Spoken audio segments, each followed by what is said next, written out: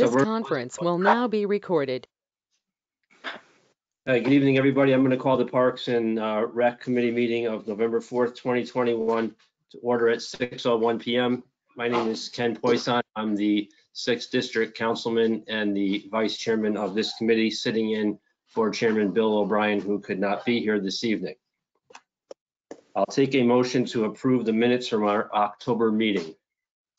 If everybody's had an opportunity to look at them, I'll make a motion to approve the minutes from the October 7th meeting. This is Rick Barcone. Second by Bob Jekyll. Any discussion? Hearing none. All those in favor? Aye. Aye. Aye. Opposed? The chair votes aye. Motion carries unanimously. Chad, is that you? It's perfect timing. You're up next. Good. Well, we got some things going on in parks, obviously. You know, we have some construction going on between the Longborough tennis courts, which obviously you guys are voting on tonight. We have the construction going down at the Short Beach tennis courts, changing those over to post-tension. Once they're done with that, they'll be heading over to Worcester to change those over to post-tension concrete.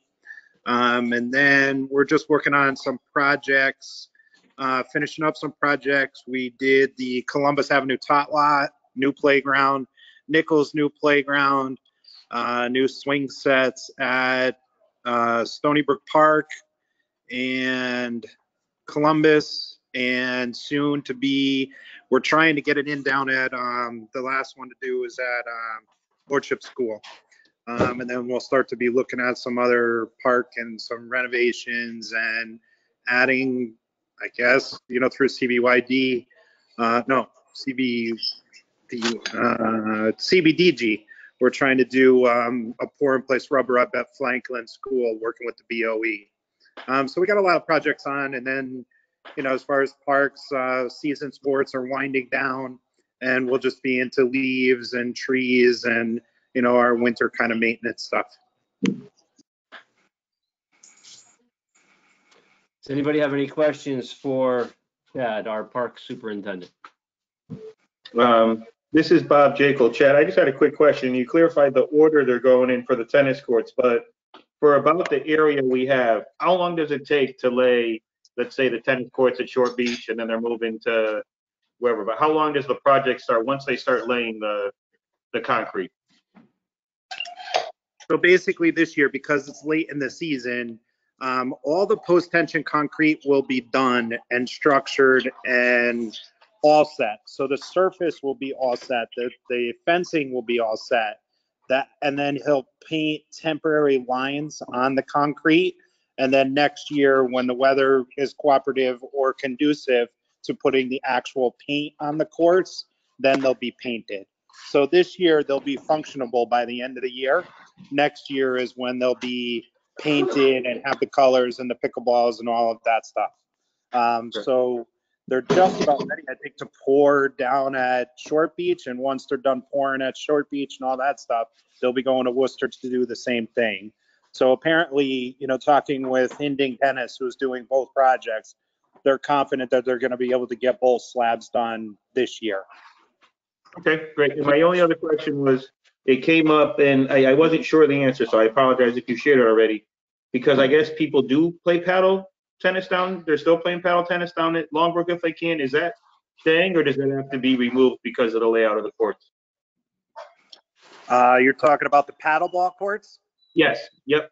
Yeah, the paddleball courts, the way that the layout is, because it's staggered side by side, it's not even near that area. So it will be present. It won't be moved or discarded or anything like that. Okay, thank you for clarifying it. I'll let them know.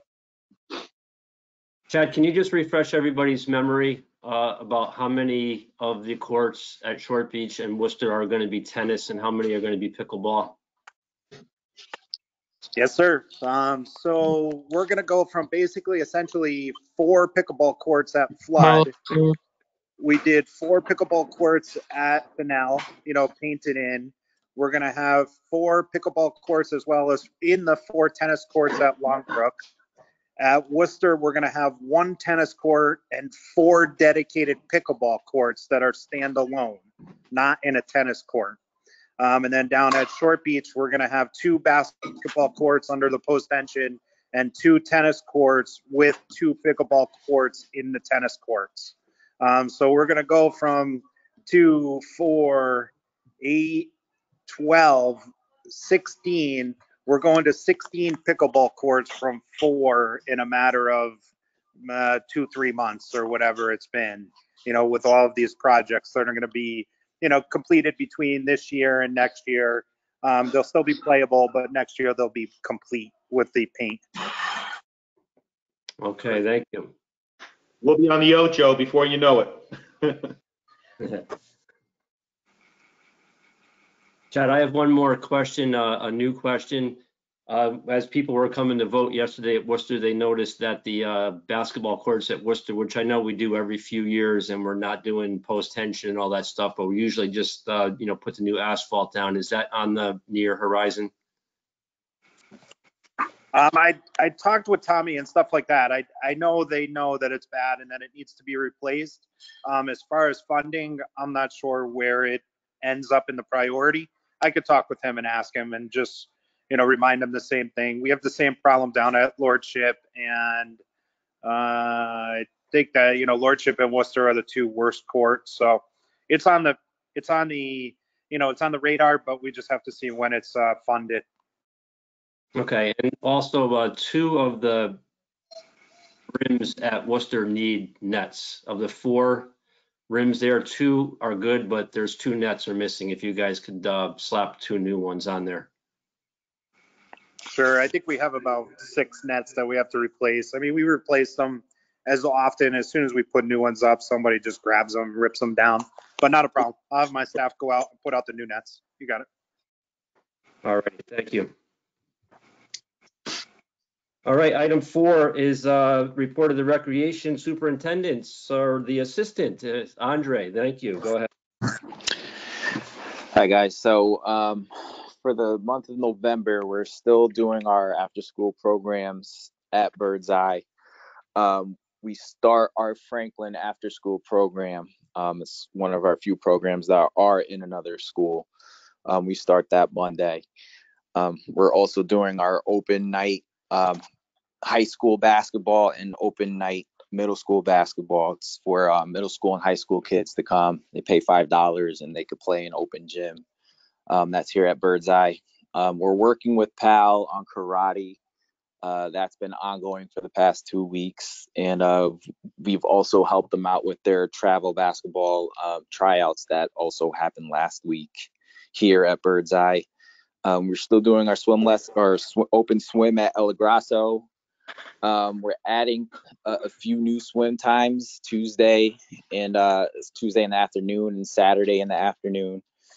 We have our co-ed volleyball leagues that are ongoing.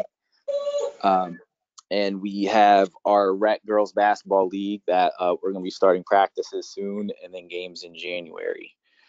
Other than that, our upcoming events for this weekend, we have our mobile food pantry at Bird's Eye. That's YMCA and the Stratford Community Center and Baldwin teaming up together. That will be here on the 5th. And then we have the menorah lighting at Town Hall. And then November 7th and the 21st, we have the Shakespeare Market.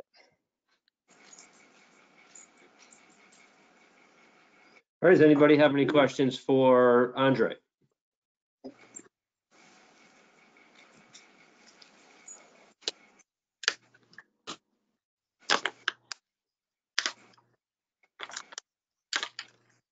All righty, thank you, Andre.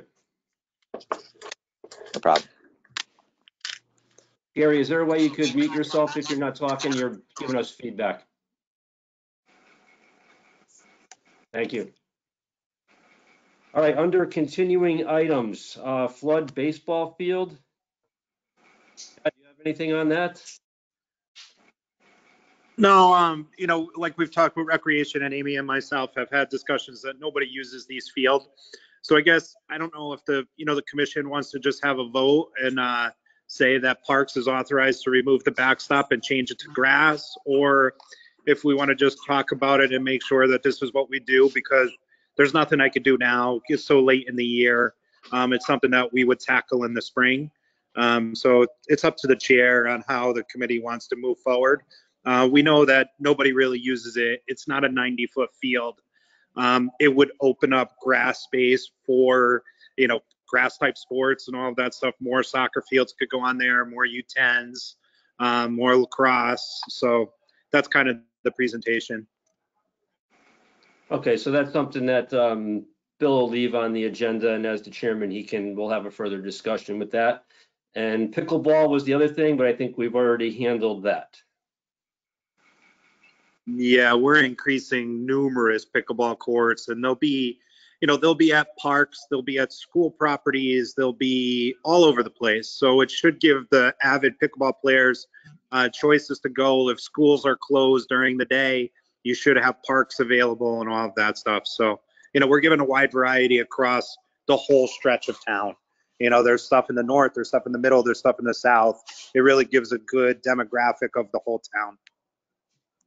Exactly. And, it's really, if you think about it, we were talking about pickleball a few years ago and no one even knew what it was. And then now everybody's playing it, and we've responded to the public's request to get more fields. So I think this commission has really handled it very well. Committee, not commission.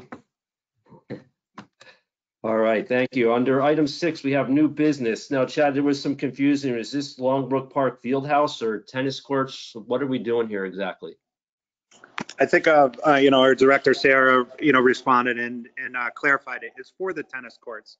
So what we're looking for is a favorable recommendation from the, Parks Committee to send to council and give the mayor the authorization to sign the contracts. So that's what we're looking for. Has nothing to do with the field house, just the tennis courts. Okay, so then that was just a Scribner's error in the agenda, which happens. Now, correct me if I'm wrong, Bill's not here, so it's just me as a councilman, but didn't we already send this to the town council? I remember voting on it at the council level. I remember that too, but for some reason it was brought up again to make sure that it was done, or I'm not sure. I can't answer that. All right, if everybody can hang on for 10 seconds, the pony just got delivered to my house, and I'm going to open it up and see what's in the agenda. All right, hang on 1 second.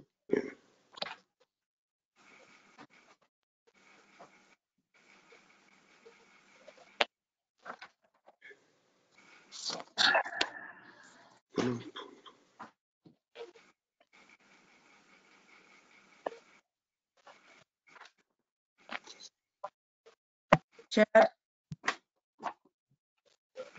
Can you hear me? Calling me? Yes. All right. Or Ken. So in October, no one ever mentioned the tennis courts to me. That's why I'm sorry, I don't know anything about it. In the minutes of the October Parks and Rec meeting, it said town bid 2022-14. Mr. O'Brien accepted a motion by Mr. Palmer to award this town bid to Classic Turf Company LLC of Woodbury, Connecticut, based upon the lowest responsible bid in the amount of $703,918, and sent to the town council with a favorable recommendation for approval and authorization for Mayor Hoydick to enter into a contract. Mr. Marcone seconded the motion, which passed unanimously. Mr. Esposito noted this project is fully funded. Is that the same thing? Yes. So there's no need for us to do this again, right? You said Classic Turf Company, correct? Correct. Yes. Yes. So we're all set. Yep, agreed. Okay. So perfect. Is there any other new business?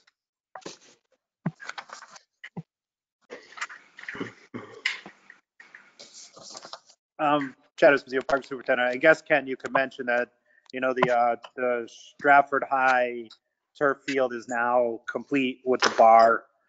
So there's no more trip hazard or foot getting stuck hazard. So that's been complete too. Correct. And it's nice and flat this time, as Bob Jekyll has noticed.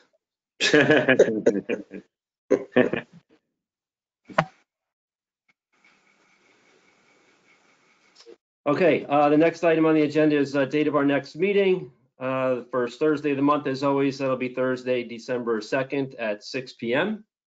And I'll take a motion to adjourn. It's Rick Marcone. I'd be pleased to make a motion to adjourn this meeting. Well, Hoydick, I'll second. All those in favor? All right. Aye. Any opposed? Chair Thank votes you. aye. We are adjourned at 6:16 p.m. As always, everybody, thank you very much for your time. Happy Thanksgiving, everybody.